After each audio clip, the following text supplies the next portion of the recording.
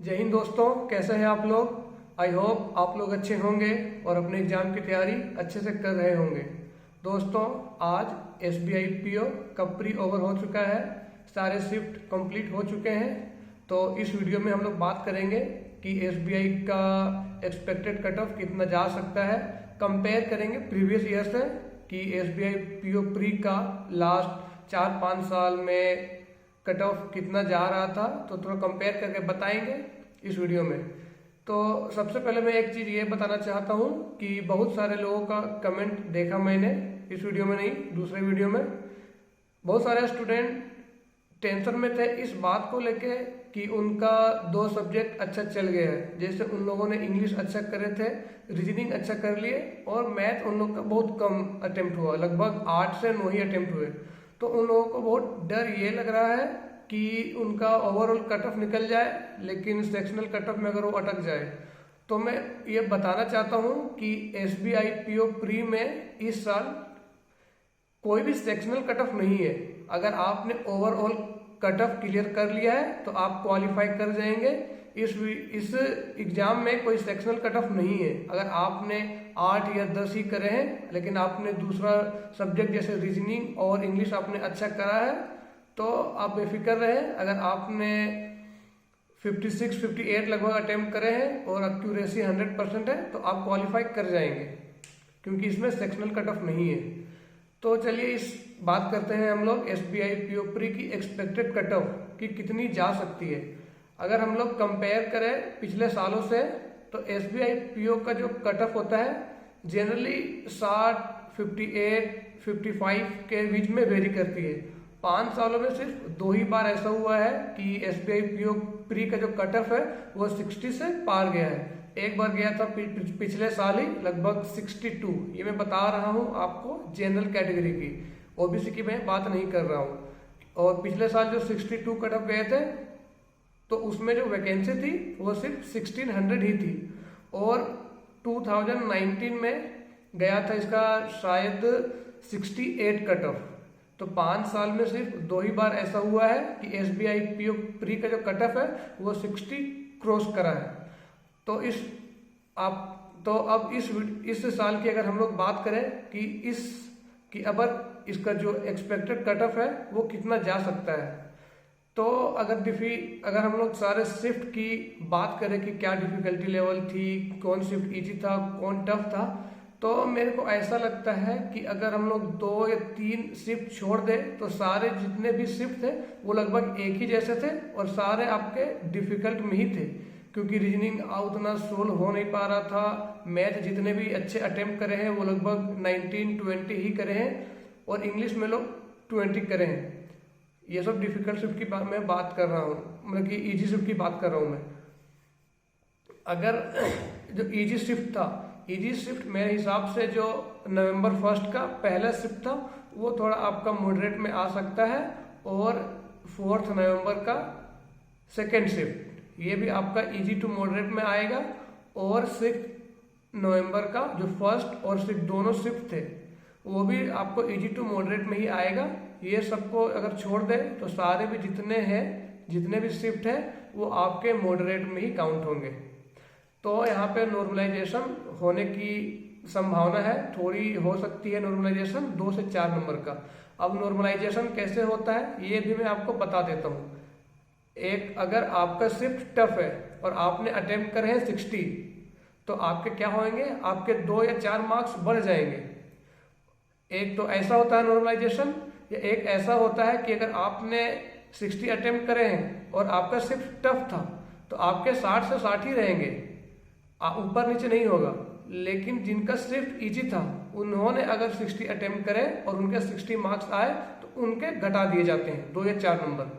तो ऐसा होता है, किसी का मार्क्स घट जाता है या किसी का बढ़ जाता है। तो ये होता है नॉर्मलाइजेशन। तो इसमें नॉर्मलाइजेशन होने की गुंजाइश है 2 से 4 नंबर की, क्योंकि पेपर थोड़ा इजी मॉडरेट ऊपर नीचे हुआ है, तो जरूर होगा। अगर हम लोग बात करें रीजनिंग की कि रीजनिंग में गुड अटेम्प्ट कितने हैं, मेरे हिसाब से रीजनिंग में जो गुड अटेम्प्ट है वो 23 से 25 के बीच है। ये मैं बात कर रहा हूँ गुड अटेम्प्ट की। और अगर हम लोग बात करें मैथ की, तो मैथ में गुड अटेम्प्ट है आपके 16 से 20 मार्क्स, और इंग्लिश में है आपके 18 से 22 मार्क्स। ये है गुड अटेम्प्ट। अगर हम लोग ओवरऑल गुड अटेम्प्ट की बात करें तो जिन्होंने भी 60 से ऊपर अटेम्प्ट करे हैं विथ 100% एक्यूरेसी, तो वो बेफिक्र रहे, उनका आराम से प्री क्लियर हो जा रहा है, वो लोग मेंस की तैयारी शुरू कर दे। अब बात करते हैं कि इसका कट ऑफ कितना जा सकता है।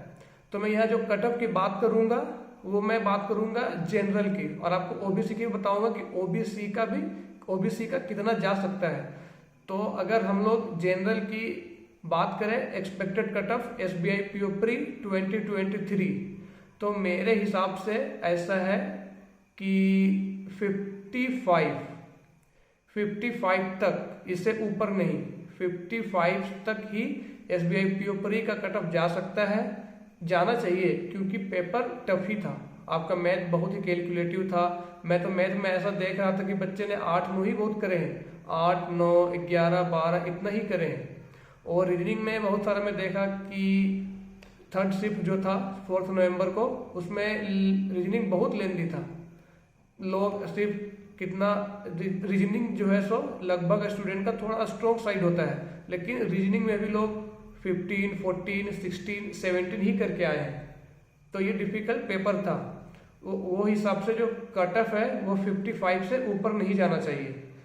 ये मैं बात करूँ 100% एक्यूरेसी है उनका। अगर आप लोगों ने अटेम्प्ट करे हैं 55 विथ 100% एक्यूरेसी, तो आप बेफिक्र रहिए, आपका प्री निकलने की काफ़ी ज़्यादा पॉसिबिलिटी है कि आपका प्री निकल जाए। यहाँ मैं बात कर रहा हूँ एक्यूरेसी की। अगर आपने 55 अटेम्प्ट करे हैं 100% एक्यूरेसी से, तो आपका मार्क्स बढ़ जाएंगे, ये काफ़ी ज़्यादा पॉसिबल है। ये होती है 100% अगर एक्यूरेसी है आपकी, तो आपको इसके बहुत सारे पॉजिटिव साइड्स मिलते हैं। ऐसा नहीं कि आपने पेपर अटेम्प्ट कर दिए हैं आपने लगभग 65, लेकिन आपके 8 से 9 रॉन्ग हो जाते हैं। तो अगर आपका मार्क्स 55 भी आ रहा है तो वो नॉर्मलाइजेशन से और कम हो जाता है। तो मैं यहाँ अटेम्प्ट की बात नहीं कर रहा हूँ कि आपने कितने अटेम्प्ट कर रहे हैं। अगर आप का मार्क्स 55 आ रहा है, काहे नहीं कि अगर आपने 55 ही अटेम्प्ट करे हैं, अगर आपका मार्क्स 55 आ रहा है तो आपकी हाई पॉसिबिलिटी है SBI PO प्री 2023 क्लियर होने का। तो आप लोग वेट नहीं करें, आप लोग मेंस की तैयारी करना शुरू कर दें। ये SBI PO है, SBI ना कभी आपको एक्सपेक्ट करने की मतलब क्या होता है कि आप कभी गेस नहीं कर पाएंगे कि इसका रिजल्ट कब आएगा, इसका एग्जाम कब होएगा। SBI क्या होता है कि अगर इसका एग्जाम, ये शेड्यूल अपना एग्जाम लेना चाहे 30 नवंबर को, 30 नवंबर को, तो ये उनसे जस्ट 1 वीक पहले एग्जाम डिक्लेयर करते हैं और 1 वीक में आपका मेंस ले लेते हैं ये। ठीक है, तो अगर आप लगभग 50 से ऊपर मार्क्स अटेम्प्ट करें हैं, गुड अटेम्प्ट, क्या जी बोलते हैं, 100% एक्यूरेसी के साथ, तो आपके चांसेस है निकलने की। आप लोग पढ़ना चालू कर दें मेंस का। अगर आप लोग सोच रहे हैं कि फालतू ही जाएगा, 50 नंबर 50 क्वेश्चन 52 क्वेश्चन में नहीं निकलेगा, नहीं जानते ना। अगर आपका मान लीजिए निकल गया, लेकिन आप लोगों ने पढ़ा नहीं होगा उस समय, क्योंकि इसमें तो आप लोगों को ज़्यादा टाइम मिलेगा नहीं मेंस के लिए। तो आप लोग क्या कर सकते हैं, अगर आप लोग ने जीके फॉलो कर रहे हैं 1 घंटा, तो आप 1 घंटा वही पढ़िए, बाकी आप लोग टाइम दीजिए रीजनिंग में और मैथ में। ऐसा इसलिए कि अगर आपका प्री अगर नहीं भी निकला और आपने मेंस के लिए पढ़ रहे हैं मैथ और रीजनिंग, तो आपको ये बहुत काम देगा, ये वेस्ट नहीं जाएगा। अगर आप पहले से ही मैथ और रीजनिंग नहीं पढ़ रहे हो मेंस के लिए, और आप पढ़ रहे हो जीके जीएस का, और आपका ये अगर प्री ना निकले, तो आपका ये जीके जीएस वेस्ट हो सकता है, क्योंकि ये तो आपका लगभग 4 से 5 मंथ के ही पूछते हैं। तो आप क्या कर सकते हैं कि आप अभी जीके जीएस 2 से 4 घंटा नहीं पढ़िए। आप अगर पढ़ते आ रहे हैं 1 घंटा, तो आप उसे 1 घंटा ही पढ़े, और आप मेंस के लिए जीके, रीजनिंग, मैथ और इंग्लिश पढ़े। अगर आपका नहीं भी निकलेगा तो ये तो आपका काम देगा ना आगे। तो आप ये पढ़ना चालू कर दें, क्योंकि ये IBPS PO जैसा नहीं है कि मेंस का रिजल्ट आपको दे दिया, उसके लगभग 20 से 25 दिन बाद आपका एग्जाम होगा मेंस का, ऐसा नहीं है। आपका एग्जाम का रिजल्ट देगा और 1 वीक में ही आपका मेंस ले लिया जाएगा। ये है SBI PO, ठीक है। इस पे आप कोई भी गेस नहीं कर सकते हैं कि 10 दिन बाद 12 दिन बाद रिजल्ट आ सकता है, आ जाएगा, ये बिल्कुल आप ना करें, ठीक है। तो यही था, एक्सपेक्टेड कट ऑफ बता दिया, लगभग 55 जाएगा। ये मैं जनरल का बता रहा हूँ, तो अगर आप लोग OBC से हैं तो थोड़ा और कम जाएगा। तो आप लोग आराम से प्रिपरेशन कर सकते हैं अगर आपने 50 से ऊपर अटेम्प्ट करे हैं 100% एक्यूरेसी के साथ। और कमेंट में लिखिएगा, बताइएगा कि कितना अटेम्प्ट आप लोग ने करे हैं। और मैं ये नया वीडियो बना रहा हूँ, 2-4 दिन पहले ही मैंने स्टार्ट करा है, तो सही से बोल नहीं पाता हूँ। ये वीडियो मैं एडिट भी नहीं करता हूँ, बनाता हूँ और डाल देता हूँ, पोस्ट कर देता हूँ, ठीक है। तो जानते हैं कि थोड़ा मोड़ा गलत तो होएगा, कुछ गलत बोल दिए होंगे, थोड़ा अलग तरीके से भी बोल देते होंगे, तो वो लोग आप लोग नहीं देखिएगा, मेरा इंटेंशन देखिएगा कि मेरा इंटेंशन क्या है, आप लोगों को बताना कि क्या एग्ज़ाम है, कैसे है, क्या देना चाहिए, नहीं देना चाहिए। तो आप लोग तैयारी करना स्टार्ट करें, ज़्यादा सोचे नहीं। और हाँ, जिनका भी कम अटेम्प्ट हुआ है 50 से नीचे, बहुत कोई का मैं देख रहा था कि उनका अटेम्प्ट लगभग हुआ है 40, 45, 46 ही, तो वो लोग बहुत डिमोटिवेट हो गए हैं। तो बिल्कुल होने की ज़रूरत नहीं है, ये SBI PO था, ये पेपर हार्ड होता ही है, ठीक है। तो इसमें आपकी गलती नहीं है, आप लोग ने वैसा सोचा नहीं होगा, या फिर हो सकता है कि कोई पजल में आप लोग अटक गए होंगे, बहुत ही टाइम ज़्यादा आपका वेस्ट हो गया होगा। तो ये होता है, ये सबके साथ होता है, ये इस बार मेरे साथ भी हुआ है। मैंने भी सिर्फ 56 ही अटेम्प्ट करे हैं, लेकिन कोई दिक्कत नहीं है, आगे तो एग्जाम आने वाला ही है।